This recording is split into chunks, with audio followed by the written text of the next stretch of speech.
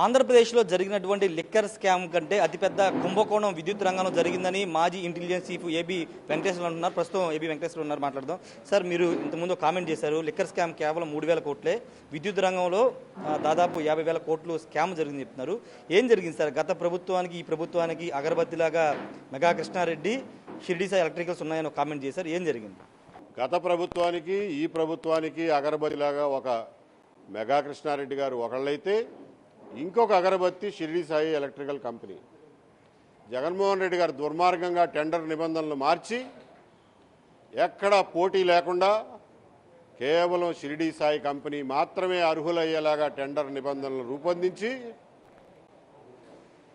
ఇచ్చిన ట్రాన్స్ఫార్మర్ల ఆర్డర్లలో 94% ఆర్డర్లు ఒక్క కంపెనీకే వెళ్లేలాగా చూసి, అది కూడా మార్కెట్ ధరల మీద 40 నుంచి 50 నుంచి 60% ఎక్కువ రేటుకి 55,000 ట్రాన్స్ఫార్మర్లు ఏదైతే కొనుగోలు చేశారో అదే కొనుగోళ్లని అవే రేట్లకి అదే టెండర్ నిబంధనల్ని సవరించి ఈ ప్రభుత్వం కూడా కొనుగోలు చేస్తుంది. ఇదే కంటిన్యూ అవుతోంది అని చెప్పి ఈ రోజున వివరాలతో సహా సాక్ష్యాలతో సహా ప్రజల ముందు మీడియా ద్వారా ఉంచాం.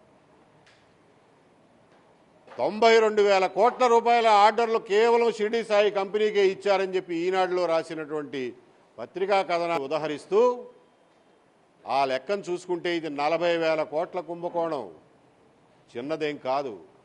కాకపోతే కరెంట్ ఎలా అయితే కనిపించదో, కరెంట్ డిపార్ట్మెంట్లో అవినీతి కూడా అట్లాగే కనిపించదు. బయటికి ప్లగ్గులో వేలు పెడితే ఎలా షాక్ కొడుతుందో, అవినీతి ఫలితంగా కరెంటు బిల్లులు ముట్టుకుంటే ఈ రోజున షాక్ కొడుతున్నాయి ఆంధ్రప్రదేశ్లో. కాబట్టి ఈ విషయాన్ని కరెంటు వినియోగదారులకి అలాగే ప్రజలందరికీ తెలియజేయడం కోసం ఈ రోజున ఈ పత్రికా సమావేశం నిర్వహించాం.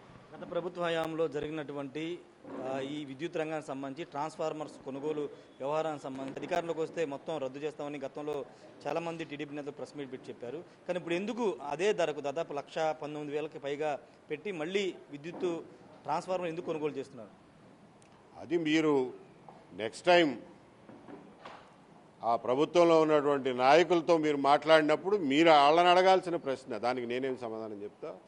ఎందుకు కొంటున్నారు అనేది ప్రజలందరికీ అర్థమైంది. మీకు అధికారికంగా సమాధానం కావాలంటే వాళ్ళనే అడగండి.